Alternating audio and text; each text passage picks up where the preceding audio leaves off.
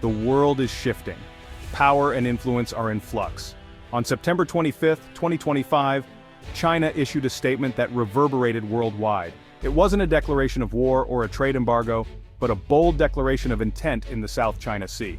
This message, aimed at the Philippines, forced global capitals to reassess the new realities of a post-American world. The era of uncontested American dominance is over. For years, the world watched China's rise with both awe and anxiety, building islands, expanding its maritime presence.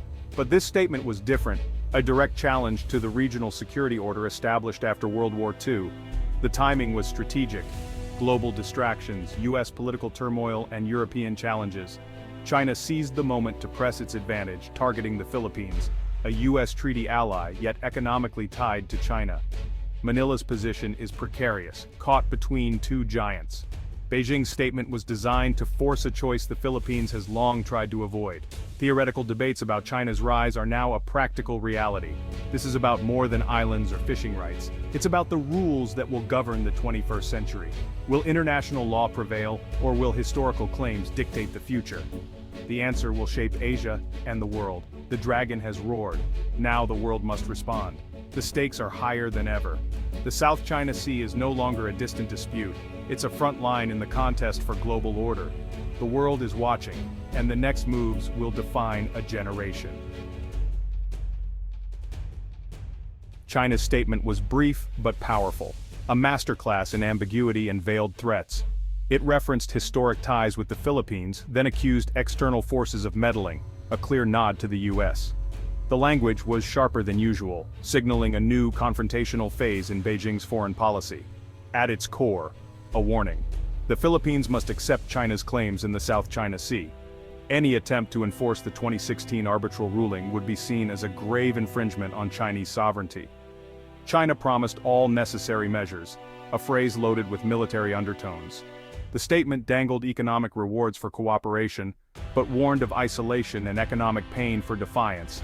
It was classic divide and conquer, aimed at splitting Philippine society and government. The world reacted instantly. Markets dipped, news outlets led with the story, and foreign ministries scrambled to interpret the message. Was this just rhetoric, or a prelude to action? In global diplomacy, words are actions, and this was a deliberate escalation. China was forcing a new conversation, on its terms. The world was now on notice. The stakes had changed overnight. Manila's response was swift and defiant. The Philippines reaffirmed its commitment to the 2016 arbitral ruling and international law, refusing to be intimidated. The statement was aimed at Beijing, the Filipino public, and the international community, especially the US. But beneath the surface, China's move exposed deep divisions within the Philippines. Business leaders worried about economic fallout. Politicians and the public debated the risks of confrontation versus appeasement. China's strategy was working, turning external pressure into internal discord. Internationally, the US reaffirmed its defense commitments, calling China's statement irresponsible. Japan, Australia, and the EU voiced support for Manila, but many developing nations stayed silent, wary of jeopardizing Chinese investment. This silence revealed the limits of Western influence and China's growing sway in the global South. The world's response was fragmented, not unified. The geopolitical lines were clear, but so were the cracks. The Philippines stood its ground, but the pressure was mounting. The region was on edge. The world watched as alliances and interests collided. To understand today's tensions, we must look to history. China and the Philippines share centuries of trade and cultural exchange, but colonization by Spain and the US shifted the Philippines toward the West, while China faced its own upheavals. During the Cold War, the Philippines was a US ally. China, a communist rival. Diplomatic ties were only established in 1975. Economic interdependence grew rapidly. China became a top trading partner, and millions of Filipino-Chinese citizens shaped the economy.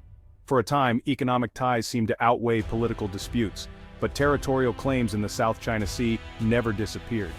As China grew stronger, it became more assertive. Philippine leaders have oscillated between confrontation and accommodation, confusing both allies and adversaries. This inconsistency reflects Manila's dilemma balancing security needs with economic realities. The relationship is a microcosm of the broader struggle between sovereignty and interdependence.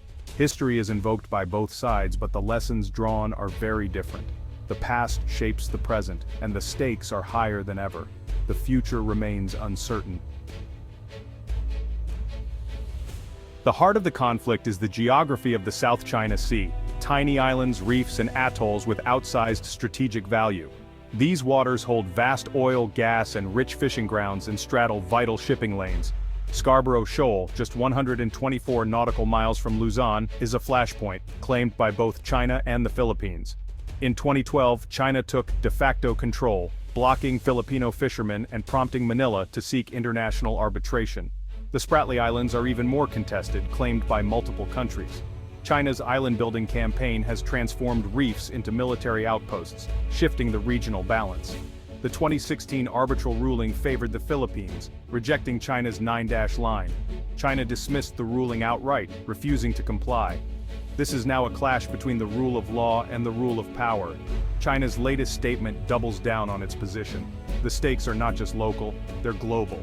The South China Sea is a test case for international order. The world is watching how it unfolds. China's move isn't just about the Philippines, it's a play for regional dominance. The South China Sea is a global trade artery. Control means leverage over neighbors and rivals. For Japan and South Korea, freedom of navigation is existential. By asserting control, China challenges the US role as Asia-Pacific security guarantor. Beijing is pushing a new narrative, Asia for Asians, with China at the helm. The statement tests American resolve and the credibility of its alliances. It also undermines international law. China ratified UNCLOS, but rejects the 2016 ruling. If powerful nations ignore legal rulings, the precedent is dangerous. This is a warning to small states everywhere. Domestically, the move stokes nationalism and distracts from economic woes. The leadership is speaking to both the world and its own people. The stakes are regional, global, and deeply personal for those in power. For the US, China's statement is a direct test of its alliance with the Philippines. The 1951 Mutual Defense Treaty obligates both nations to aid each other if attacked. Washington has clarified an attack on Philippine forces in the South China Sea triggers US commitments. If China escalates and the US fails to respond, its credibility across Asia could collapse. Allies like Japan and Australia would question American security guarantees, risking a regional arms race. But a strong US response risks direct conflict with nuclear-armed China, a scenario no one wants. Policymakers must balance deterrence with avoiding war. The US faces a new military reality. China's modernization has made the region far more contested. Any conflict would be fought on terms more favorable to Beijing than ever before. The US must work closely with allies to present a united front. The era of acting alone is over. The alliance system is under strain, and the stakes are enormous. Every move is watched, every word weighed. The balance of power is shifting before our eyes. Beneath the political drama, powerful economic currents flow. China is both a strategic rival and a vital economic partner for the Philippines. Trade, investment, and tourism tie the two nations together. China's statement played on this duality, offering prosperity for cooperation, pain for defiance. The economic stakes for the Philippines are huge. Disruption could devastate key industries and infrastructure projects. Beijing wields economic leverage as a tool of coercion, but it's a double-edged sword. China's own economy depends on global trade and stable shipping lanes. Aggressive moves risk backlash and supply chain shifts away from China. Both sides have strong incentives to avoid outright conflict. Economic interdependence could help prevent the worst-case scenario. The challenge de-escalate without appearing weak.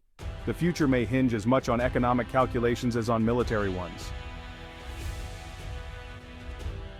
The world stands at a crossroads after China's bold move. Tensions could escalate, more maritime standoffs, gray zone tactics, and a long war of nerves. Diplomatic channels remain open. ASEAN and third parties may push for talks and a face-saving de-escalation. But the risk of miscalculation is real. A single incident could spiral out of control. Clear communication and crisis management are more vital than ever. The world cannot afford a conflict between major powers sparked by accident. This episode is a stark reminder: sovereignty, law, and freedom of navigation are under unprecedented strain. Smaller nations are caught in the middle of great power rivalry. The future of the South China Sea and the global order hangs in the balance. Wisdom, restraint, and diplomacy are needed to navigate these turbulent waters. The world is holding its breath. The next chapter is unwritten.